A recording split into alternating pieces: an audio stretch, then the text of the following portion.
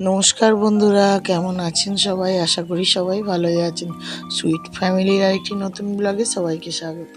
আজকের মেনু ইলিশ ভাপা। চলুন কিভাবে ইলিশ ভাপা করি আপনাদের সঙ্গে শেয়ার করি।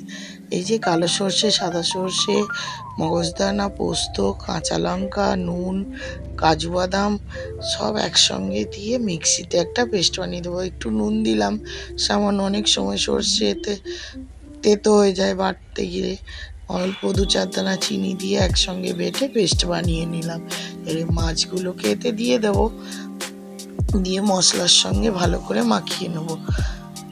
মশলার বাটিটা ধোয়া জলটাও দিয়ে দিলাম, হলুদ গুঁড়ো, একটু বেশি করে সর্ষের তেল দিতে হবে। কোনো ভাপা রেসিপিতে সর্ষের তেলটা কিপটে না করলে কিন্তু চলে না, একটু ভালো করেই সর্ষের তেলটা দিতে হয়। এই যে মাছগুলো দিয়ে দিচ্ছি, একটু হলুদটা মনে হচ্ছে কম, আর একটু বোধহয় হলুদ দিতে হবে। একটু বাটিতে করে টক দই ফেটিয়ে নিয়ে দিয়ে দিলাম, যাতে স্বাদটা ভালো হয়।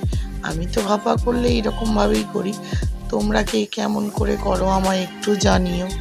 এই যে হলুদটা একটু কম লাগছিল বলে আর একটু হলুদ দিয়ে দিলাম। ভালো করে মাখিয়ে নিয়ে আরও বেশ খানিকটা সর্ষের তেল ঢেলে দেবো, দিয়ে কয়েকটা চেরা কাঁচা লঙ্কা আর একটু সামান্য নুনও দিয়ে দিলাম। নুনটাও একটু কম লাগছিল। কয়েকটা চেরা কাঁচা লঙ্কা দিয়ে টিফিন কৌটো ঢাকাটা এবার লাগিয়ে দেবো, দিয়ে ভাপ দিতে দেবো। আর বেশি কিছু রান্না করবো না, ইলিশ ভাপা হবে, এই আলু ভাতে, ইলিশ মাছ ভাজা, ইলিশ মাছের তেল দিয়েই আজকে ভাত খাবো। ইলিশ মাছ হলে এক চারটি তরকারি ভাতি কেউ খেতে চায় না, তাই সিম্পল রান্না বান্না করছি। এই যে আলু সেদ্ধ হয়ে গেছে, আলু সেদ্ধটা মেখে নিচ্ছি, কাঁচা লঙ্কা, তেল, নুন সব দিয়ে দিয়েই ততক্ষণে আমার ভাপাটাও রেডি হয়ে যাবে। সব শেষে মাছগুলো ভেজে মাছের তেলটা গড়িয়ে নেব। আমার রান্না মোটামুটি কমপ্লিট হয়ে যাবে।